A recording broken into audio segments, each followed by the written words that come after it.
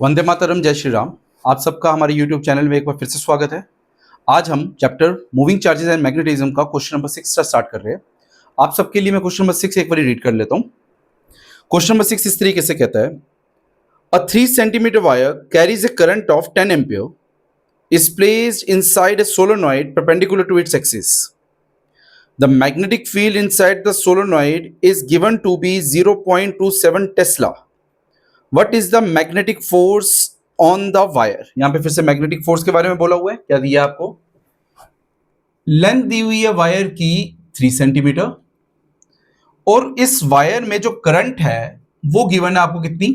10 ampere plus solenoid के अंदर इस वायर को परपेंडिकुलरली रखा हुआ है और बट यहां पे सोलेनॉइड के अंदर की मैग्नेटिक फील्ड दी हुई है 0.27 टेस्ला।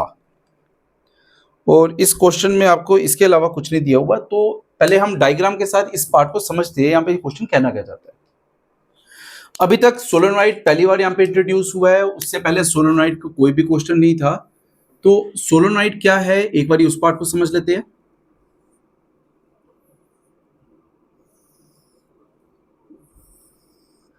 आपके पास जो स्प्रिंग होता है, जो हेलिकल शेप में होता है, उसी चीज को सोलेनॉइड बोला जाता है।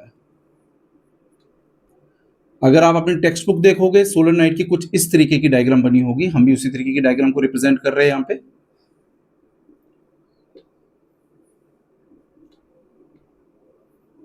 हमारे पास यहां पे डायग्राम का कुछ काम नहीं है, बट हमारी अंडरस्टैंडिंग इस क्वेश्चन को लेके अच्छी बने, इसलिए हम डायग्राम को रिप्रेजेंट कर रहे हैं। ठीक है, हमारे पास सोलेनॉइड है।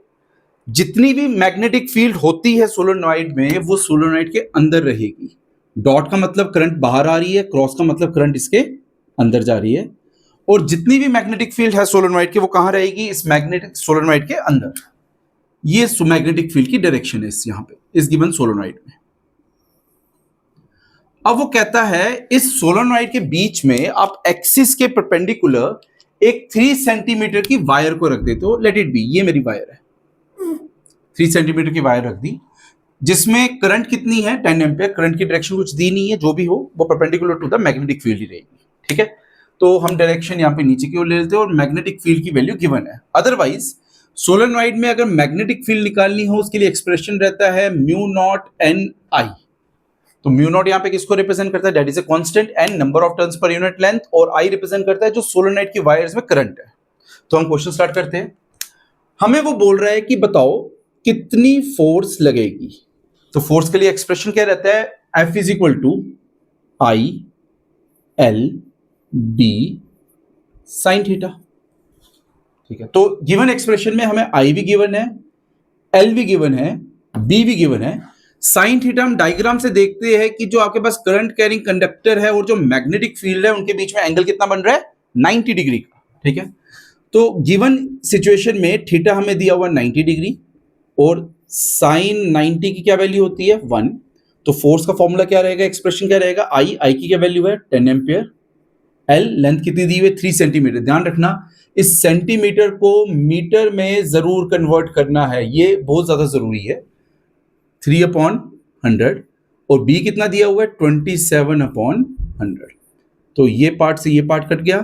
27 इंटू 3 81 डिवाइड बाय 1000 न्यूटन।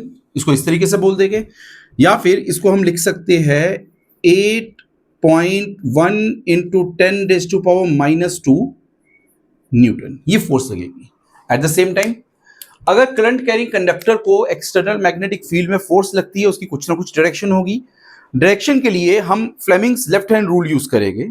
यहां पे अगर आपको इसको ध्यान में रखना, तो एसीपी प्रद्युमन बनना पड़ता है इसके लिए, कुछ तो गड़बड़ है दिया।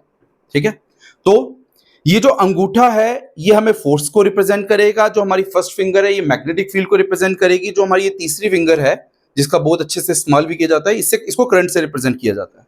ठीक है, अब गिवन सिचुएशन में मैग्नेटिक फील्ड इस डायरेक्शन में है, हमने करंट कहां ली है? डाउनवर्ड।